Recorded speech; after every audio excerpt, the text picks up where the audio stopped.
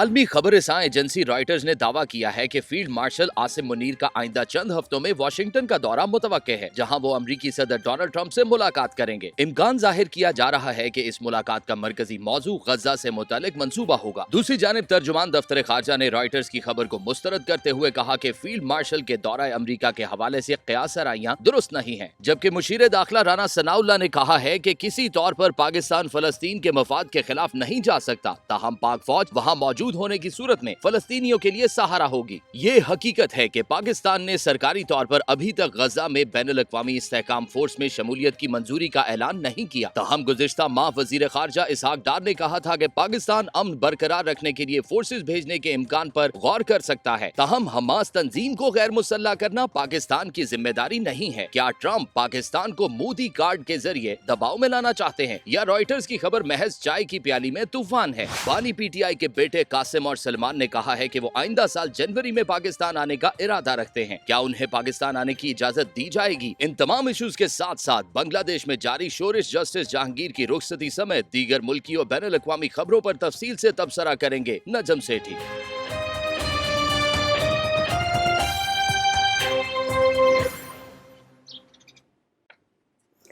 अस्सलाम वालेकुम, आप देख रहे हैं आज की बात सेठी के साथ। मैं हूं सैयद आयशा नाज। मेरे साथ मौजूद हैं हस्बे मामूल हस्बे रिवायत नजम सेठी साहब। अस्सलाम वालेकुम।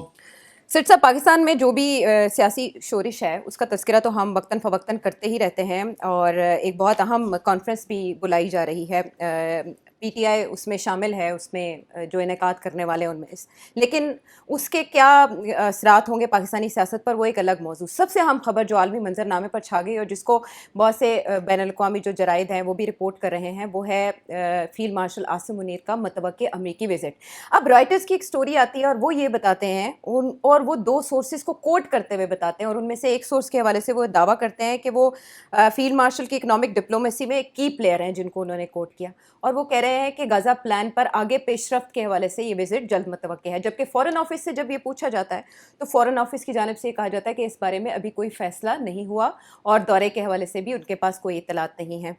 तो इस दौरान जो पाकिस्तान के मौक़िफ़ रहा है गाज़ा में आर्म्ड फोर्स भेजने के हवाले से, अगर उसको मद्देनज़र रखा जाए और फिर उसके बाद इस रिपोर्ट और फॉरेन ऑफिस की उस तरदीद को सामने रखा जाए, तो क्या पिक्चर बनती है?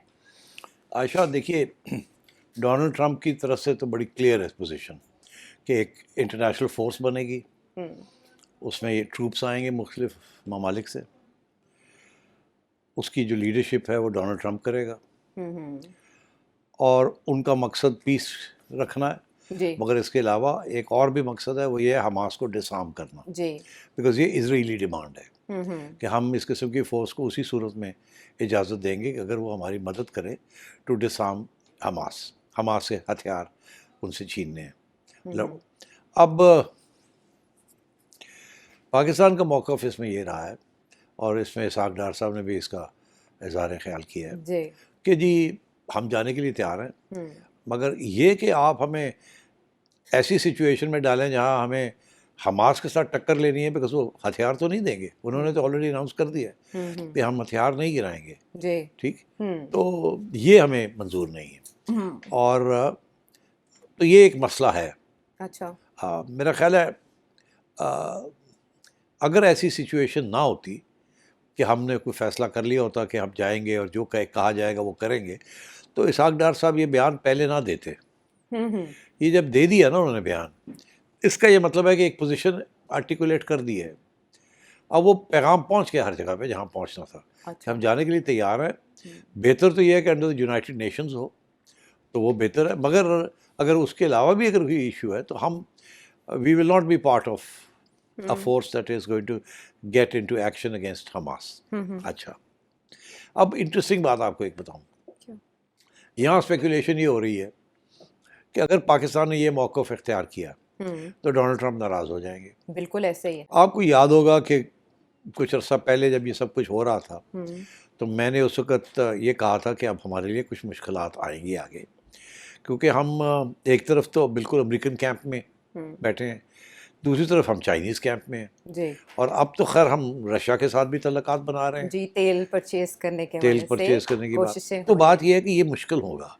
डोनाल्ड ट्रंप आसानी से आपको माफ़ नहीं करता, जैसे आपकी तारीफ़ करता है खुल के, उसी तरीके के साथ रातों रात वो आपके ख़िलाफ़ हो सकता है। तो और इंडिया की यही कोशिश है किसी तरीके के साथ वो आपके ख़िलाफ़ हो जाए, बिकॉज इस वक्त इंडिया को बड़ी तकलीफ़ हो रही है जिस किस्म के वो आपके हक़ में बयान दे रहा है। तो इसलिए अब कुछ लोगों ने इसके ऊपर तबसरे करने शुरू कर दिए कि वो वक्त आ गया है, और अब जब डोनाल्ड ट्रंप ये मांगेगा और आप उसको अगर ना करेंगे तो वो नाराज़ हो जाएगा, और वो नाराज़ हो जाएगा और इंडिया बड़ा खुश होगा। इसमें कुछ उन्होंने, जिन लोगों ने ये स्टोरी फाइल की है जी उन्होंने फिर कुछ अमेरिकन एक्सपर्ट्स, पाकिस्तान के ऊपर जो एक्सपर्ट्स हैं उनसे भी बात की। जी मैं नाम नहीं लेना चाहूँगा, मेरे दोस्त यार हैं वो, मगर उन्होंने भी इसी किस्म की इजहार ख्याल किया कि भाई ये मसला बनने वाला है आप, हाँ और ये तो पाकिस्तान के लिए बड़ा, डोनाल्ड ट्रंप तो ये करेगा, मांगेगा, और आप अगर नहीं देंगे तो बड़ा ये हो जाएगा, वो हो जाएगा। अच्छा, अब इसमें क्या होगा? जी एग्जैक्टली सवाल यही है कि होने क्या जा रहा है, और फिर पहले एक विजिट की खबर आती है रॉयटर्स से, फिर तरदीद आती है। ये हो तरदीद रहा है क्या है visit? ये? कि अभी इस तरह के किसी दौरे का उनके तो इल्म में नहीं, और व्हाइट हाउस ने भी कहा, जी, हमने भी कहा, अरब न्यूज़ से बात करते हुए हमने भी, हमारे फॉरेन ऑफिस जी ने भी हमारे कहा, फॉरेन ऑफिस और आप कह रही हैं व्हाइट हाउस से भी जी कोई इधर उधर से खबर आ रही है, ऐसी है। जी अच्छा, अब मेरा मौक़िफ़ इस पे ये है कि इसहाक डार साहब कभी ये बात ना करते अगर वो इसके ऊपर खड़े नहीं हो सकते। मैं जानता हूँ ना, डार साहब को भी जानता हूँ, और मुझे पता है पाकिस्तान का मौक़िफ़ क्या है। किसी सूरत में भी पाकिस्तान इस किस्म की फ़ोर्स का हिस्सा नहीं बनेगा, और अच्छा। मुझे यकीन है कि ये बात अमेरिकनों को बता दी गई है पहले से। अच्छा दिस इज़ माई व्यू। ये नहीं कि it will come as a shock to Donald Trump. ठीक डोनाल्ड ट्रंप को पता है कि पाकिस्तान इस किस्म की फ़ोर्स का हिस्सा नहीं बनेगा जो कि डिसआर्मामेंट की तरफ। ओके अच्छा, अब इसमें देखना ये है कि सऊदी अरेबिया का क्या मौक़िफ़ होता है। क्या सऊदी अरेबिया इस फोर्स का हिस्सा बनेगा, और क्या सऊदी अरेबिया पाकिस्तान के ऊपर प्रेशर डालेगा? अच्छा तो मैं ये समझता हूँ कि अभी जो इंडोनेशिया के प्रेसिडेंट यहाँ आए थे, वो ठीक है, और भी बहुत सी बातें हुई, मगर इस चीज़ के ऊपर भी बात हुई है, अच्छा क्योंकि इंडोनेशिया के ऊपर भी बड़ा प्रेशर है कि वो भी फ़ौज दे अपनी और इस किस्म के प्रोजेक्ट के लिए। जी जी तो इन्होंने, मेरा ख्याल है पाकिस्तान ने और इंडोनेशिया ने भी आपस में ये को बातचीत की है। ठीक। अच्छा, अब बात यह है कि किसी भी मुस्लिम ममालिक के लिए इतना आसान नहीं है कि वो इसराइल का साथ दे, क्योंकि ये इसराइली डिमांड है ये। जी ठीक। तो अब ये मैं समझता हूँ कि ये इतना आसान नहीं होगा फॉर सऊदी अरेबिया और फॉर इंडोनेशिया और फॉर पाकिस्तान।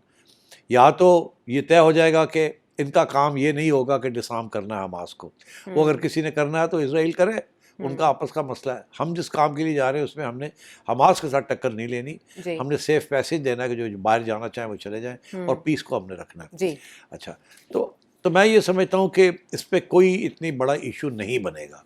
अच्छा ये जो लोग जो तबसरे कर रहे हैं कि लड़ाई झगड़े हो जाएंगे डोनाल्ड ट्रंप के साथ, ये मैं समझता हूँ ऐसी बात नहीं होगी। अच्छा मैं नहीं समझता कि this is going to be a major problem. लेकिन दौरा होगा। दौरा जो है वो और भी वजह है उसकी। अभी आपने सुना होगा कि अभी कांग्रेस ने पाकिस्तान के लिए कुछ मिलिट्री हथियार जी जी और F-16 के लिए अपग्रेडिंग किट्स दी हैं, उसके कुछ $1 मिलियन की मेरा ख्याल है ये उनको दी। ये काफ़ी अरसे से ये रुकी हुई थी, और इसके साथ हमारे जो F-16 की फ्लीट है वो अपग्रेड हो जाएगी, जी और जब अपग्रेड हो जाती है तो it becomes part of current air force defence squad. India को बड़ी तकलीफ हुई है। अगर ऐसी सूरत हाल होती कि डोनाल्ड ट्रंप को पता होता कि पाकिस्तान हमें ये ट्रूप्स नहीं देगा इस काम के लिए, तो ये कभी ये तलवार रखता, उन्होंने पहले दे दिया। ओके और कहा नहीं ये ठीक है, your requirement and we give it you. अच्छा तो मैं ये समझता हूँ कि इस वक्त जो बातचीत चल रही है between the Pakistanis and the Americans, वो इस इशू पे नहीं होगी। और अगर बात होनी भी है तो I think it be made clear to the Americans कि ये हम अगर पाकिस्तान में हमने ये किया तो सारी मजहबी जमातें और PTI ये हमारे गले पड़ जाएंगी, और इतनी इंस्टेबिलिटी हो जाएगी इस मुल्क में कि we will not be able to handle it. तो मेहरबानी करें, हमें माफ़ करें, हम ये काम नहीं कर सकते। अलबत्ता हम ट्रूप्स ज़रूर दे देंगे, उनकी ड्यूटी कहीं और लगा दें। यहाँ तक तो बात हुई, ये तो मेरा मौक़िफ़ है। और आपको याद होगा प्राइम मिनिस्टर नेतन्याहू ने 2012 में भी ईरान और पाकिस्तान का हवाला दिया था और कि ये कहा दो था खतरात कि ये हैं। दो मसले हैं, मगर पाकिस्तान सबसे ज़्यादा ख़तरनाक है, जी क्योंकि इनके पास न्यूक्लियर पावर है। न्यूक्लियर भी है और ये वैसे भी। तो तो मैं नहीं समझता कि ये डिमांड बढ़ेगी आगे। इसराइल भी नहीं चाहेगा कि पाकिस्तानी फ़ौज आए यहाँ, अच्छा और मैं समझता हूँ कि पाकिस्तानी भी नहीं चाहेंगे कि हम वहाँ जाएं। तो यानी पाकिस्तान तुर्की के जैसे अंजाम से दो चार होगा, तुर्की का ये है कि इसराइल ने इनकार कर दिया कि तुर्की की हम फ़ौज वो लेने ना- से इनकार कर दिया। तो मेरा ख्याल है कि वो फिर पाकिस्तान और तुर्की नहीं जाएंगे इस फौज में। अच्छा। अगर कोई गया तो फिर वो इंडोनेशिया और इस किस्म के लोग, यूएई ज़रूर भेजेगा, वो बहुत करीब हैं इसराइल के, और and so on. Saudi Arabia, Indonesia, ये लोग मलेशिया, शायद दे इजिप्ट। दें, शायद दे दें, इजिप्ट देगा, but I think Pakistan and will not do so. तो और इसराइल भी नहीं चाहेगा। तो इसलिए ये जो सारी स्पेकुलेशन हो रही है, मैं समझता हूँ इसकी कोई ये बेबुनियाद है। अच्छा, इससे पहले ये पास्ट फ्यू वीक्स के ऊपर जो डिफरेंट मुलाकातें फील्ड मार्शल की हुई हैं मिलिट्री और सिविलियन लीडरशिप जो पाकिस्तान के विज़िट पर आई मुख्तलिफ कंट्रीज़ के, और वो भी जो इस फोर्स का हिस्सा बनने जा रहे हैं, तो आपके ख्याल में कि एक होमवर्क कंप्लीट किया जा रहा था इन विजिट्स के बाद इस फोर्स के हवाले से, और वो सारा मुकम्मल जामे प्लान लेकर मीटिंग होगी? हाँ, आई थिंक सो, बिकॉज देखिए ना, Donald Trump is very keen. वो समझते हैं कि अब मैंने ये काम आगे बढ़ाना है। अभी तक इजरायली बॉम्बिंग बंद नहीं हुई है, अभी तो वो जो सारा था ना सीज फायर ये वो भी नहीं हुआ। तो इस डोनाल्ड ट्रंप का जो प्लान है वो तो वैसे ही जिनके बढ़ गया है, उसमें है ही कुछ नहीं। ठीक है। और तो इसलिए ये जो फोर्स का जो सारा इशू ये भी डाइल्यूट हो जाएगा। ओके। होगा कुछ ना कुछ, मगर मैंने नहीं से इसका कोई खास अहमियत नहीं होगी। अच्छा सिर साहब, जैसे अभी आपने हवाला दिया कि जो दो दोस्त हैं जो एनालिस्ट जिन्होंने इसमें तबसरा किया हुआ है, लेकिन इसके अलावा भी जो पाकिस्तान में मुख्तलिफ पॉलिटिकल सेगमेंट्स हैं उनकी जानिब से ये तबसरा किया जा रहा है कि बस अब ये डू और डाई लाइन है, यहीं फैसला हो जाएगा कि वो जो अच्छे ताल्लुकात या फ्री लंच वाली सिचुएशन थी वो नहीं रहेगी। तो पाकिस्तान इज़ ऑल सेट, मतलब आपके ख्याल में कोई खैर है? फिक्र की कोई बात नहीं। अच्छा, तसल्ली रखें इस मामले में। अच्छा सिटी साहब, एक और बहुत अहम खबर जो इसी अरसे में नमूदार हुई, यानी एक तरफ से राइटर्स की स्टोरी आती है, दूसरी तरफ से उसको रद्द भी किया जाता है, लेकिन दाइश खुरासान के जो एक्स प्लेटफॉर्म है उससे एक बड़ी गिरफ्तारी की इत्तला दी जाती है। और इससे पहले हमने शरीफुल्लाह की हवालगी जो एबी गेट हमले के मरकजी किरदार थे, जब उनकी हवालगी हुई थी तो प्रेसिडेंट ट्रंप ने बहुत अप्रिशिएट किया था पाकिस्तान को, पाकिस्तान की एजेंसी को। अब सुल्तान अजीज़ अज़ाम जिनका नाम बताया जा रहा है और बहुत सरकर्दा जो रहनुमा रहे हैं दाइश खुरासान के, उनकी अरेस्ट इन मई जो डिफरेंट पेजेस हैं वो बता रहे हैं, लेकिन अब उनकी गिरफ्तारी जाहिर की जा रही है, इसके पीछे क्या है? अच्छा, बड़ी इंटरेस्टिंग बात यह है कि जो इल्ज़ाम लग रहा है पाकिस्तान के ऊपर, वो ये लग रहा है कि जब भी कोई इम्पोर्टेंट विज़िट पाकिस्तानी इस्टेब्लिशमेंट के हेड की होती है, खा वो प्रेसिडेंट हो, खा वो आर्मी चीफ हो, या जो भी हो, अच्छा। और अगर जब वो अमेरिका जाते हैं तो उनको अगर वो समझते हैं कि मुझे अमेरिका में अच्छी रिसेप्शन मिलनी चाहिए, जो मैं बात करने जा रहा हूँ उसको सुना जाए, तो तारीख़ में लोग इसका हवाला देते हैं कि मुशर्रफ साहब के ज़माने से कोई ना कोई वांटेड पर्सन जो है टेररिस्ट, उसको पाकिस्तान अमेरिका के हवाले कर देता है। जब शुरू में भी आपको याद होगा जनरल आसिम जो DGIS आए हैं, आसिम मलिक साहब, उन्होंने भी शुरू में आपको याद होगा एक हाई प्रोफाइल यही शरीफुल्लाह थे एबी गेट हमले के मरकजी किरदार, जी उनको हैंड ओवर किया। उसके बाद फिर हमारे आर्मी चीफ की विजिट्स हुई, what a wonderful man, great man, ठीक है, ये सब कुछ हुआ। सेंटकॉम की जानिब से और मुशर्रफ साहब के ज़माने में भी यही कहा जाता था कि जब भी अमेरिका जाना होता था और कोई ना कोई छोटी मोटी खटक हो रही होती थी, तो कोई ना कोई बड़े हाई प्रोफाइल बंदे को हैंड ओवर कर देते थे to the Americans. Aafia Siddiqui को जैसे किया गया, मतलब बहुत से हैं, उनके ज़माने में तो बहुत से थे, सवाए ओसामा बिन लादेन के। बाकी तो उन्होंने एक एक करके जब भी जाना होता था तो एक हैंड ओवर कर दे। आई मीन खालिद को भी दिया, दे हैंडेड खालिद ओवर, अभी वो ऑन वे में, and so on. So I think अब इल्ज़ाम ये लगता है कि पाकिस्तानी जो है ना बड़े तेज़ है, वो चलाको मासियाँ हैं। तो मैं समझता हूँ कि टाइमिंग इज़ इम्पोर्टेंट।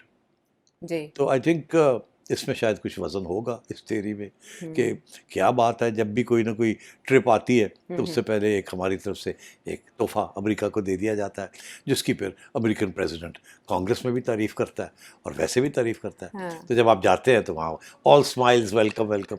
तो फिर अगर वो आपसे कोई ऐसी अनरीजनेबल डिमांड करते हैं तो आप माजरत कर लेते हैं, तो उस वक्त मूड ऐसा होता है कि थैंक यू।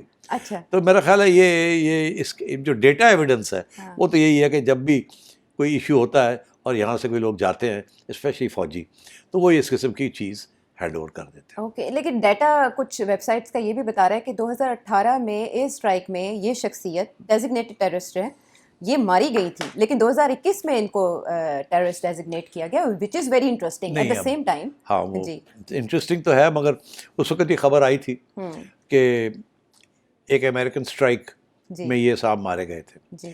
उसके बाद IS खोरासान ने तस्लीम नहीं किया कि ये मारे गए हैं, तो ये कंफर्म नहीं हो सकी ये खबर, अच्छा, कि ये अज़ाम साहब मारे गए। उसके बाद फिर इनको ज़ाहिर है उनको पता चल गया होगा अमेरिकनों को, कि ये नहीं मारे गए, इसीलिए बाद में इनको एज टेररिस्ट भी वो बरकरार रहा इनका जो था। 21 में और अब तो क्लियर होगी ना कि नहीं मारे गए थे। तो ये तो अब क्या, ये ड्यूरिंग दिस टाइम ये हमारे पास थे। आज एहसानुल्लाह एहसान को आप याद करें, जो कि एक ज़माने में स्पोक्समैन से, तालिबान के स्पोक्समैन से तर्जुमान थे, फिर पकड़े गए, इनसे कुछ डेटा शेटा लिया गया, इन्फॉर्मेशन ली गई, फिर एक दिन ऐसे हुआ कि ये गायब हो गए। तो अब उसके ऊपर भी बड़ी कितनी कहानियाँ हैं, तो I think let's not go there. अब ये टर्की में बैठे हुए हैं, ना अफगानिस्तान जा रहे हैं ना पाकिस्तान आ रहे हैं। ओके सेठ साहब, बट शरीफुल्लाह एबिगेट कनेक्शन बनता है अमेरिका के साथ, अहमियत बनती है उस हवालगी की, दाइश खुरासान की इस अहम शख्सियत की हवालगी, वो भी ऐसे में जब कुछ इंडियन अकाउंट्स पाकिस्तान पर ये इल्ज़ाम लगा रहे हैं कि पाकिस्तान अफगान तालिबान के ख़िलाफ़ दाइश खुरासान के साथ मिलकर कोई एफर्ट कर रहा है। अमेरिका के लिए इस गिरफ्तारी और हवालगी की क्या है? देखिए, इंडिया तो बहुत से इल्ज़ाम लगाएगा, उनकी कोई अहमियत नहीं है। अच्छा, अमेरिका के पास अपनी सोर्सेज हैं इंटेलिजेंस की, अगर ऐसी कोई सूरत होगी तो वो तो फिर we are playing with fire. तो इसलिए I don't think that is happening. IS-K तो चाइनीज़ के ऊपर अटैक कर रहा है, तो हम तो ये रिस्क ले ही नहीं सकते कि हम कोई ऐसी ऑर्गेनाइजेशन के साथ हाथ बटाएं जो कि चाइना के खिलाफ भी है जी। और ये तो सबके खिलाफ है ना, ये चाइना अमेरिका सबके खिलाफ है, इनकी तो ग्लोबल एम्बिशंस है। तो ऐसी बात नहीं है। अलबत्ता ये ज़रूर है कि IS-K जो है वो TTA जो है उसके वो चाहती है कि ये हटे यहाँ से, ये पावर ले लें वहाँ। अच्छा, और इन्होंने अपने कॉन्टैक्ट्स TTP के साथ बना लिए, इसीलिए जो अफगानिस्तान के तालिबान हैं वो TTP के ख़िलाफ़ कार्रवाई करने के लिए तैयार नहीं है। उन्हें फ़िक्र है कि अगर हमने उनके ख़िलाफ़ कार्रवाई की तो IS-K और TTP ये और ना हमारे ऊपर हमले कर दें। और TTA के अंदर और भी डिविजन्स हैं, आपको पता ही है, कंदाहार वर्सेस काबुल, वो भी साथ साथ चल रही हैं। तो मैं ये समझता हूँ कि ये जो इंडियन इल्ज़ाम है, this is not correct.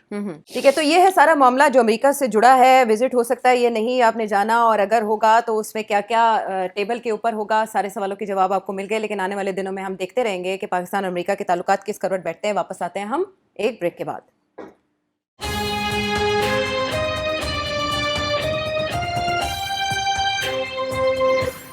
Welcome back to the show. और अब पाकिस्तान तहरीक इंसाफ के मामलात कहाँ तक पहुँचे? जैसे आपने एक बार मिसाल दी थी, इमूवेबल ऑब्जेक्ट वर्सेस इररेजिस्टिबल फोर्स। गुंजाइश तकरीबन ख़त्म हो चुकी जब हमने एक प्रेस कॉन्फ्रेंस देखी, लेकिन उसके बाद ज़ाहिर है कहीं ना कहीं कुछ ना कुछ ओपनिंग तो किसी ने तलाश करनी है। उस सिलसिले में एक एक्टिविटी कोट लखपत में भी हुई। आज शाह महमूद कुरैशी को बरी भी कर दिया गया एक बार फिर। इससे पहले भी उन्हें बरीयत के उनके ऑर्डर्स आए थे, लेकिन वो रिहा नहीं हो पाए। दूसरी तरफ फवाद चौधरी साहब भी एक्टिव हैं, वो मामला अपनी तरफ अपनी अहम है। बट तहरीक तहफ़्फ़ुज़ आईन पाकिस्तान, जिसमें महमूद अचकज़ई साहब और अल्लामा राजा नासिर अब्बास साहब मौजूद हैं, वो एक कौमी कॉन्फ्रेंस का इनेकाद करने जा रहे हैं जिसकी बड़ी गूंज है। उसमें पाकिस्तान पीपल्स पार्टी को पहले शामिल होने की दावत देने के बारे में खबरें आई, लेकिन अब कहा जा रहा है कि PTI के अंदर इख्तलाफात थे, इसलिए पीपल्स पार्टी को तो दावतनामा नहीं जा रहा। जबकि दूसरी तरफ JUI फ़े और जमात इस्लामी के वफूद शिरकत करेंगे। उनके मरकज़ी रहनुमानी मौलाना साहब भी नहीं जा रहे, हाफिज़ नईम साहब भी नहीं जा रहे रिपोर्टेडली अभी तक। इस कॉन्फ्रेंस से उनको उम्मीदें हैं जो कोई दरमियानी रास्ता तलाश करना चाहते हैं कि महमूद अचकज़ई साहब और अल्लामा राजा नासिर अब्बास साहब इस सफोकेशन के माहौल में कोई ऐसा ऐलान करेंगे जो ज़रा बेहतर करे मामलात को। और कुछ लोग ये भी समझ रहे हैं कि इमरान खान साहब की जो मुज़ाहमत की पॉलिसी है उसको कैरी ऑन करेंगे, आगे लेकर जाएंगे। क्या समझते हैं आप? देखिए, इमरान खान साहब की जो पॉलिसी है उसको तो उसके ख़िलाफ़ तो कोई नहीं PTI में अंदर खड़ा हो सकता।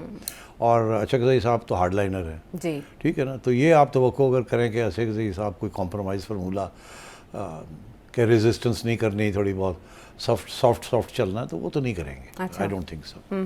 बाकी ये है कि अगर ये हार्ड लाइन लेते हैं तो डिवीज़न ऑलरेडी PTI में है। कुछ लोग कहते हैं हार्ड लाइन लें, कुछ लोग कहते हैं सॉफ्ट लाइन लें जी। कुछ लोग कहते हैं हार्ड लाइन लेनी है तो क्या करेंगे आप लोग, बंदे तो आप निकाल नहीं सकते बाहर, तो हार्ड लाइन लेने का क्या फ़ायदा। अच्छा, तो दूसरे लोग हैं वो कहते हैं सॉफ्ट लाइन लेने का क्या फ़ायदा, वो तो ट्रक की बत्ती है, ठीक है ना।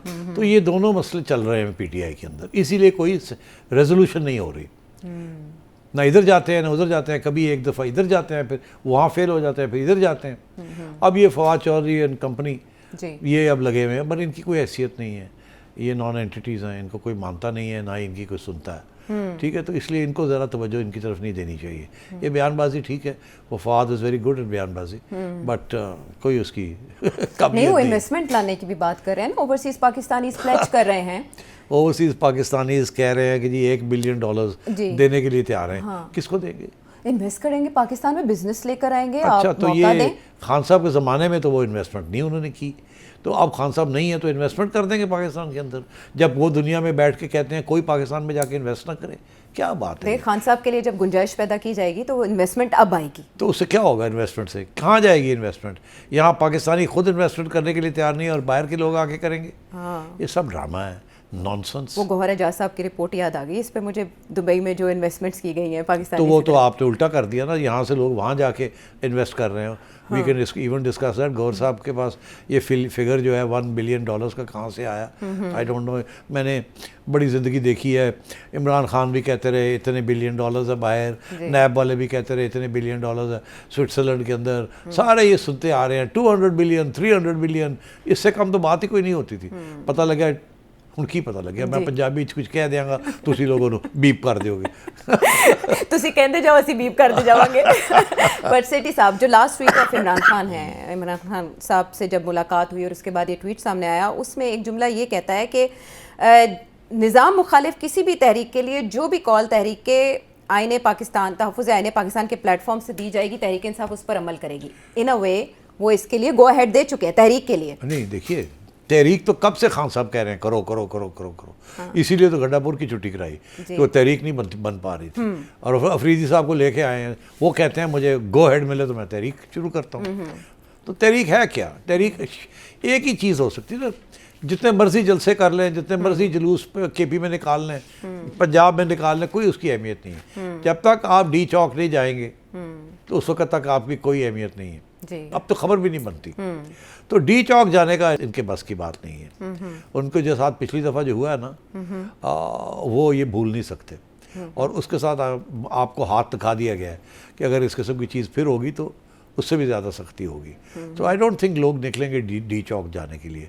2-3 हज़ार बंदा निकल आएगा, वो नाइदर है नो देयर, ठीक। तो इसलिए आई थिंक ये इनकी गलत फहमी है, अगर ये ख्याल इनका ये ख्याल है कि अब ये कॉन्फ्रेंस जिसके अंदर कोई जा ही नहीं रहा, ना मौलाना जा रहा है, ना जमात इस्लामी जा रही है, ना पीपल्स पार्टी जा रही है, तो जा कौन रहा है? वो PTI है ना, नाइदर है नो देयर। और डिफरेंट अदर लीडर्स, यार वन मैन शो है ना यार, आयशा, फॉर गॉड सेक। अच्छा। अब ये सब वन मैन शो है। अनाउंसमेंट या ऐलान कम से कम, ज़्यादा से ज़्यादा। यार ये अनाउंसमेंट के ऐलान क्या होना है? बस वो एक हेडलाइन बनेगी कि ये फैसला हो गया, हम तैयारी करेंगे, डेट देंगे, इस किस्म की चीज़ें हो सकती हैं। बट आई डोंट थिंक इसके ज़्यादा।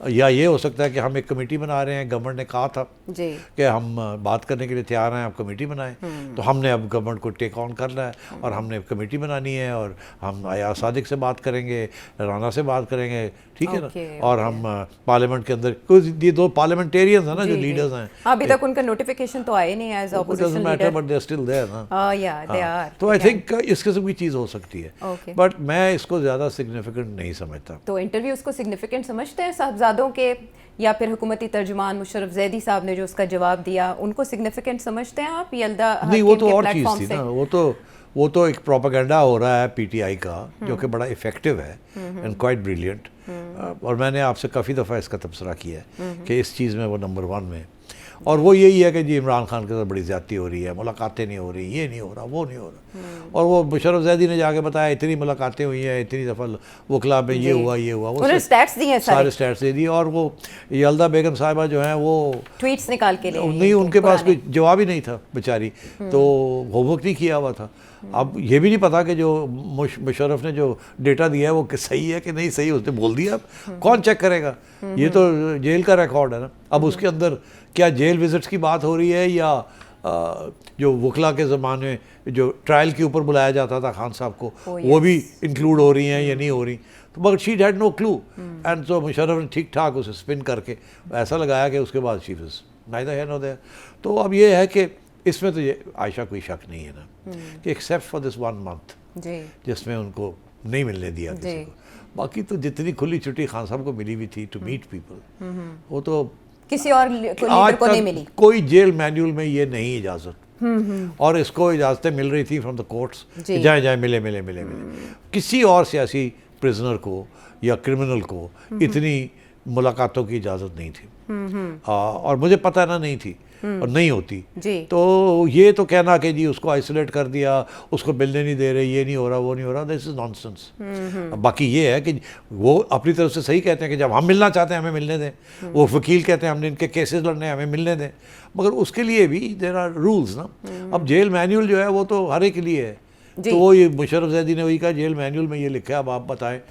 और अगर ये सवाल किया जाता किसी को यूके के अंदर कि जी फलाने बंदे को जो यूके जेल में है उसको मुलाकात नहीं दी जा रही, तो एक ठाप पैनी सी अगू के कानून है कहता शट अप, कि आप इससे ज़्यादा मिल ही नहीं सकते। तो बात ही नहीं बननी थी। ये तो पाकिस्तान के अंदर सियासी चीज़ें चलती हैं और फिर एक पूरा माहौल बना हुआ है जिसके अंदर जाहिर है पीटीआई इज़ वेरी गुड। तो मुशर्रफ जैदी साहब ने अच्छा काउंटर किया, अच्छा आर्ग्यूमेंट किया आपके ख्याल में? हाँ, वो आगे से जवाब ही नहीं था। प्रिजन रूल भी पढ़ के सुनाना चाह रहे थे तो एक जुमले की इजाजत मिली यल्दा की तरफ से, बट स्काई न्यूज़ तक ये बात इस तरह से पहुंची कि इमरान खान साहब के साहिबजादों ने यह ऐलान किया कि वो जनवरी में पाकिस्तान आके मुलाकात की कोशिश करेंगे क्योंकि उनके वालिद की ज़िंदगी को ख़तरात हैं। तो ये आयशा पहले भी तो कहा था। जी, पहले अलीमा खानम साहिबा ने ऐलान किया था कि वो जुलाई में आएंगे और तहरीक का हिस्सा मैंने कहा था नहीं आएंगे। हाँ, वो फिर मामला उनका वीज़ा एंड नहीं, वीज़ा का इशू नहीं, वीज़े का इशू नहीं। अच्छा, वीज़े का इशू नहीं है। वीज़ा तो देखिए अगर ये उसको डिनाई करते हैं ना वीज़ा, वो तो इशू बन जाएगा ना, इसलिए कभी भी उनको visa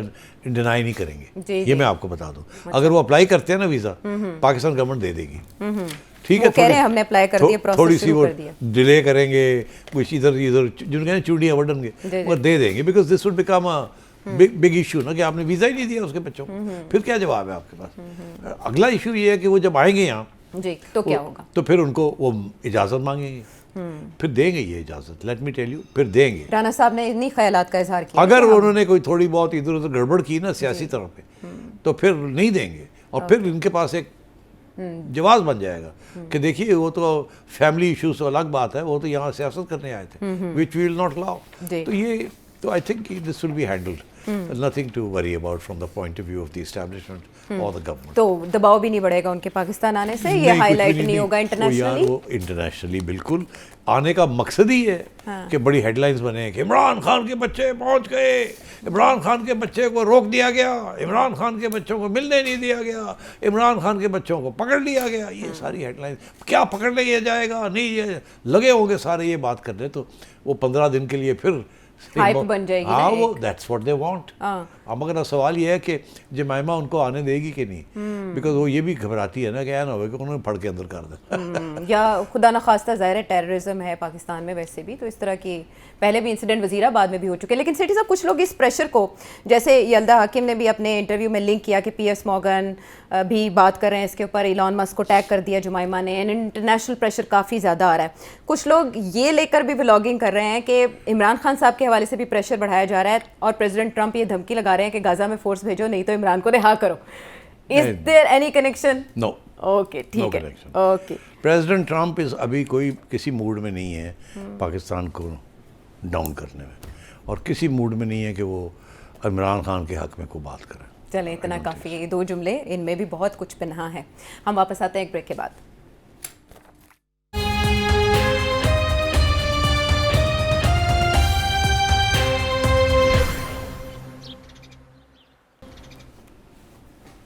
welcome back to the show. और अब वो मामला जिसको लेकर हेडलाइंस बन रही हैं, जजिंग द जजेस। तारिक महमूद जहांगीरी साहब अरसे से हेडलाइंस बना रहे थे अपनी डिग्री की वजह से, मुबैना तौर पर जो समझी जा रही थी कि जाली है, लेकिन उस पर अब फिर एक फ़ैसला आया कोर्ट की तरफ से और उन्होंने डिग्री को इनवैलिड करार दे दिया। और दूसरी तरफ आसिफ अली जरदारी साहब ने डी नोटिफाई भी कर दिया है जज साहब को।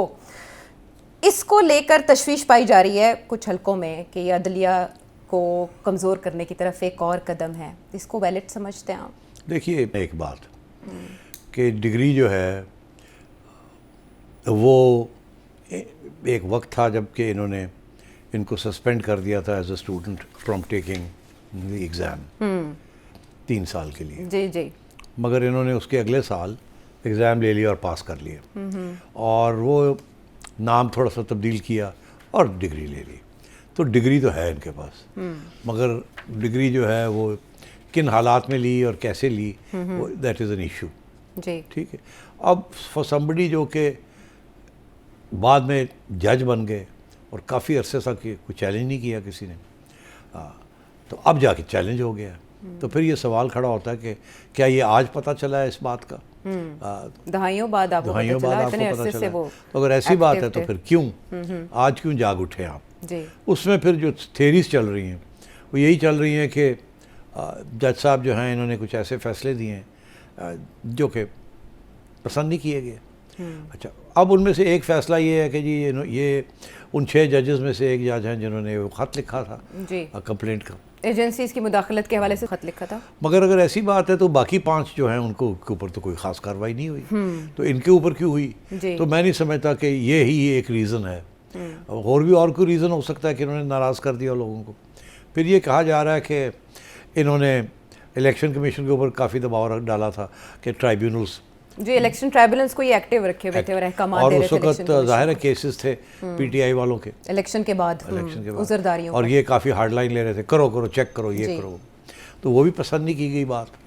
और एक और भी इशू था बेल का कि वो खान साहब को कुछ केसेस में बेल की एप्लीकेशन इन्होंने मंजूर कर ली थी और वो भी शायद पसंद नहीं किया गया। तो इस किस्म के आर्ग्यूमेंट्स दिए जा रहे हैं। अब हकीकत क्या है इसमें, फिर और भी कुछ बातें सामने आ रही हैं कि इनको कहा गया कि तुसी जाओ कर, इन्होंने किया कि जी ठहर जाओ, तो मैंने जनवरी के विच में चला जाऊँगा, मेरी पेंशन पूरी हो जाए। 5 साल पूरे हो क्योंकि इनको जाएंगे। कन्फ्रंट किया गया था कि तो आप तो बाज नहीं आ रहे, तो फिर घर ही चले जाओ, नहीं तो कटे जाओगे। और ऐ देख लो तुसी काम हरकत कीतियां ने। तो इन्होंने कहा कि अच्छा ठीक है। अब इनकी जो अपील होगी ये अपील करेंगे ज़ाहिर है टू दी सुप्रीम कोर्ट, आईनी अदालत। ठीक है ना। अभी लॉन्च नहीं हुई मगर होने वाली है from what I can understand. मेरा ख्याल है उसमें 2-3 पॉइंट्स ये लेंगे। एक ये कि डिग्री होती है, हाँ।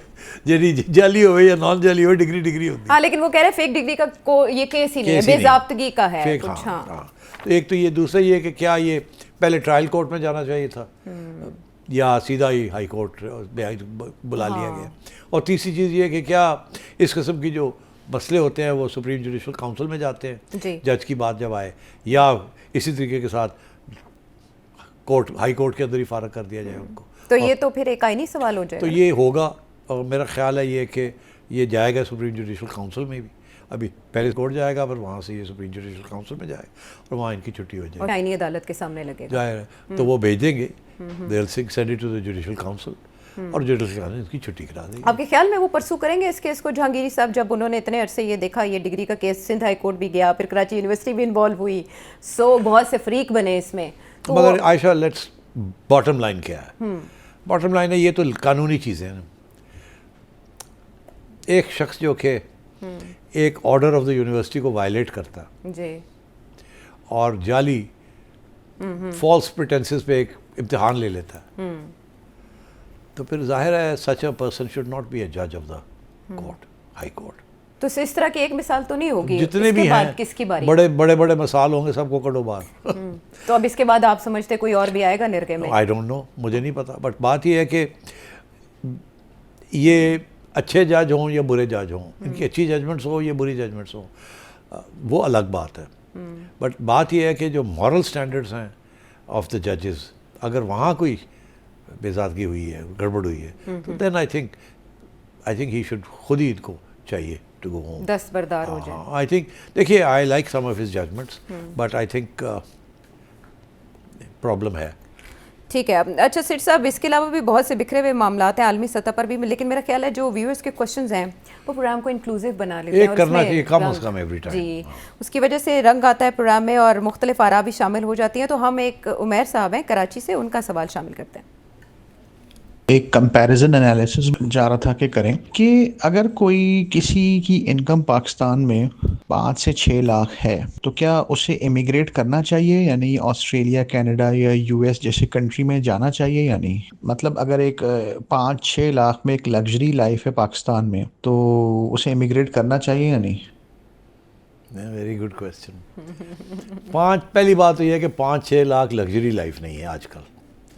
अभी मोटा बजट बना लें कि 5-6 लाख के अंदर आपने 5 या 6 लोगों की फैमिली चलानी है, अच्छे स्कूलों में बच्चों की तालीम देनी है, गाड़ी भी रखनी है, घर का ख़र्चा भी चलाना है। It's difficult even in 5-6 lakh अगर आप मिडिल क्लास हैं। बाकी तो लोग तो एक घर के अंदर 10-10, 15-15 लोग भी रहते हैं, वो और बात है, बट इसको लग्जरी कहना it's not a luxury, it is a classic middle class. और हर वक्त फ़िक्र होती है कि ये कैसे होगा, वो कैसे होगा। कुछ ज़ाहिर है सेविंग्स भी करनी पड़ती हैं थोड़ी बहुत, आगे कि पैसे चाहिए होते हैं ना, बीमारी हो गई, शादी करनी पड़ गई किसी की, एंड सो ऑन। तो 5-6 lakh is not a luxury, but 5-6 lakh is still a good salary, और इस गुड सैलरी के अंदर डिसेंट सर्वाइवल हो सकती है। अच्छा, अब बात यह है कि जिन साहब की आप बात कर रहे हैं, पहले तो इसको डिफ़ाइन किया जाए ना कि ये क्या कोई प्रोफेशनल हैं या ये कोई ख़ुद अपना छोटा मोटा दुकानदारी या कारोबार कर रहे हैं, और मायूस है कि दुकानदारी जो है वो और भी ख़राब हो रही है, खर्चे बढ़ रहे हैं, पूरा नहीं हो रहा। अब हर के अपने अपने हालात होते हैं। तो एक तो ये सिचुएशन है। दूसरी ये है कि इफ़ इज़ अ प्रोफेशनल, तो किस किस्म के प्रोफेशन में है, क्या वहाँ तरक्की के इम्कान हैं या नहीं है। अगर तो वो IT में है, टेक्नोलॉजी में है, एंड इज़ क्वाइट ब्राइट, तो ज़ाहिर है there will be lots of prospects. तो इसको ब्रॉडली स्पीकिंग जवाब नहीं दिया जा सकता unless we have more details specific case में। बट अगर फिर भी देना है कोई जवाब, तो बात सीधी सी ये है कि अगर आपका ख्याल है कि आपको बाहर एक अच्छी नौकरी मिल रही है, जो कि यहाँ जो 5-6 लाख रुपया मिल रहा है वहाँ 20 लाख रुपया मिलेगा, तो फिर आप ज़रूर सोचेंगे कि यार अगर मैं जा सकता हूँ तो मैं चला जाता हूँ। मगर ये कि 5-6-7 लाख रुपए यहाँ मिल रहे हैं और आप सोचे समझे उठ के चले जाएं और कहें जाके वहाँ देखा जाएगा क्या होता है और क्या नहीं होता, आई थिंक ये रिस्क बहुत कम लोग लेंगे। अलबत्ता अगर साथ नेशनैलिटी भी मिल रही हो और रेजिडेंसी भी मिल रही हो और इम्कान हो कि मेरी जो डिग्री है या जो काबिलियत है उसके लिए वहाँ ठीक ठाक मुलाजमत मिल जाएगी, ये तो नहीं होगा कि किसी पेट्रोल स्टेशन पे या किसी कैश डेस्क पे मैं जाके खड़ा हो जाऊँगा, तो people will think about it. और स्पेशली जहाँ तक कनाडा का इशू है, वहाँ क्योंकि स्कूलिंग और एजुकेशन फ्री है, तो बहुत से लोग ये सोचते हैं कि वहाँ अगर पेट्रोल पंप पे भी खड़ा होना पड़े तो कम से कम बच्चे जो हैं वो तो अच्छी तालीम उनको मिल जाएगी और सोशल सिक्योरिटी है, सब कुछ है। तो वहाँ अगर 6 लाख की इक्विवेलेंट भी मिलती है तो at the end of the day उसकी real value is much more. तो इस किस्म के कंसिडरेशंस होते हैं। I think each case should be on merit. कुछ लोग 10 लाख की सैलरी भी हो तो वो सोचते हैं चले जाते हैं। मुझे बहुत सा ऐसे लोग बैंक मैनेजर्स का पता है जो कि ठीक ठाक सैलरी ले रहे थे और उठ के चले गए हैं कनाडा या ऑस्ट्रेलिया। और फिर ऐसे भी मुझे पता है कि जो लोग 4-5 लाख वाले हैं वो कहते हैं नहीं, we would rather stay here, because और भी इश्यूज होते हैं ना। Do you want your children to grow up in western environment and so on, specially girls. तो ये सारे बहुत से फैक्टर्स होते हैं। सो आई डोंट नो आपके जहन में क्या है, बट केस को कंसिडर करें, put all the pros on one side, the cons on the other, and take it from there. अब हम शामिल करते हैं कोयटा से वली खान। एक क्वेश्चन था जिसके बारे में वो बता रही थी कि व्यूअर बताएंगे। वो सवाल ये है, हमारा आपसे सवाल ये बनता है कि आपके ख्याल में अगर आप दिल से तबसरा कर लें, इमरान खान कितना मजबूत है और ये कब तक फाइट कर सकता है? क्योंकि बहुत सारी चीज़ें गलत हो गई, जैसे आपने बताया था कि एक दफ़ा आपके एक प्रोग्राम ने आपने खुद बताया था कि इमरान खान को अभी रिहा करना चाहिए, इसके बावजूद इमरान खान अपनी जगह पर डटा है। तो आपके ख्याल में कौन कमज़ोर है? सही तबसरा अगर वही बात है जहाँ जाते हैं जी, इमरान खान को कब रिहा किया जाएगा, इमरान खान कब बाहर आएगा। अब आपने इसमें एक और डायमेंशन है, एक और डाल दिया सवाल, वो ये कि क्या ये कितनी अरसे तक ये तकड़ा रहेगा, यही है ना। तो अब बात यह है कि अभी तक तो कोई मसला नहीं हुआ। आपको पता तारीख़ में सियासतदानों ने कितनी कितनी लंबी सज़ाएँ काटी हैं और फिर बाहर आए हैं, और बाहर आके या तो फेड अवे कर गए हैं या फिर पावर ले लिए। नेल्सन मंडेला का आपने सुना हुआ है, हमारे बड़े सग़ीर के अंदर भी गांधी, नेहरू, सवाए जिन्ना साहब के बड़े बड़े लोगों ने जेलें काटी हैं और बड़े अरसे के लिए। मोहतरमा बेनज़ीर भुट्टो ने भी काटी हैं। तो इसलिए ये आप ये ना समझें कि खान साहब जेल नहीं काट सकते, खान साहब भी जेल काट लेंगे, ऐसी कोई बात नहीं है। आप रिहाई कब होगी, ये सवाल के लिए आपको $1 बिलियन मुझे देने पड़ेंगे, तो फिर मैं आपको बताऊंगा। ठीक है, उतनी देर में आप कलेक्ट करें, बड़ी मेहरबानी। अच्छा, फिर अगली बार सवाल भेजने से पहले वो अपने बजट का और अपनी पॉकेट का जायजा लें। ये जो $1 बिलियन आपने मांगे, वही जो ओवरसीज ने वादा किया था, जी हाँ, जी हाँ, वो आपने इनसे मांग लिया। मैंने इनसे चले आप बंदोबस्त करें फिर वली खान साहब। और अब लाड़काना से आमिर खान। सर, आप सालों से कहते हैं मेरे चिड़िया की खबर, मेरे चिड़िया की खबर, मेरे चिड़िया की खबर। तो हम जानना चाहते हैं कि क्या सिर्फ आपके पास चिड़िया है, कोई चिड़ा आपके पास नहीं है? वो चिड़ा मेरे पास नहीं है, शुक्र करें, नहीं तो ज़िंदगी आराम हो जाती। इतनी खबरें आनी थी कि मुझे ही बंद कर देना था लोगों ने, इसलिए चिड़िया काफ़ी है और I am very happy with my चिड़िया। अच्छा, वैसे चिड़े ज्यादा खबर नहीं लाते, चिड़िया ज्यादा बातूनी होती है, चिड़िया ज्यादा खबर लाती है। सेठी साहब, आपको आप पता जेंडर होगा, आपको पता होगा। नहीं ना, मेरे पास चिड़िया ना, नहीं, मेरे आपके पास चिड़ा। चिड़िया नहीं है, मगर आप उस जेंडर के हैं जिनके पास बड़ी बातें होती हैं और बहुत नई भी बातें होती हैं जो बातें बनाते हैं आप लोग। हाँ, बनाते, वही चिड़िया आपने इसीलिए रखी हुई है ना, इसीलिए रखी हुई है, काम की चीज रखी हुई है। बहरहाल मेरे पास तो कोई चिड़िया घर नहीं है, तो चिड़िया की खबरें सेठी साहब। बहरहाल ये मैं आपको बताऊं हाँ। कि आपने सुना होगा कि चिड़ा घर नहीं होता, चिड़िया घर होता है। ठीक है ना, अब आप समझ जाएं कि चिड़िया घर क्या है और चिड़ा घर क्यों नहीं है। ऐसा क्यों नहीं है? और देखें, वहां पर सारे जानवर दूसरे पाए जाते हैं, चिड़िया आपको कम ही मिलती है चिड़िया घर के अंदर, इसलिए वो नायाब होती है। और वो सेठी साहब के पास मौजूद है, सामने सिल्वर कलर की जगमगा रही है। चले इसके साथ ही प्रोग्राम खत्म करते हैं।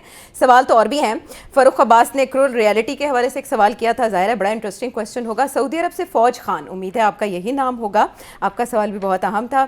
इफ्तिखार दुबई से जानना चाह रहे हैं कि जो सज़ा एक मिली है उसके बाद उसका दायरा वसी होगा या नहीं। इमरान अली शेख कराची से, पाकिस्तान FATF के थ्रू इंडिया पर दबाव क्यों नहीं डालता, बहुत पर्टिनेंट क्वेश्चन आपका। मोहम्मद सुहेल कैलिफोर्निया से, नवाज शरीफ साहब किताब कब लिख रहे हैं। मंसूर रावलपिंडी से, क्या सेठी साहब जिनके सबके साथ ताल्लुकात हैं वो सबको एक पेज पर नहीं ला सकते, तो आने वाले प्रोग्राम्स में सेठी साहब के सामने ये सवाल ज़रूर रखेंगे। आप मज़ीद सवाल इस नंबर पर भेजें जो आपके सामने। अगले प्रोग्राम तक के लिए इजाज़त है।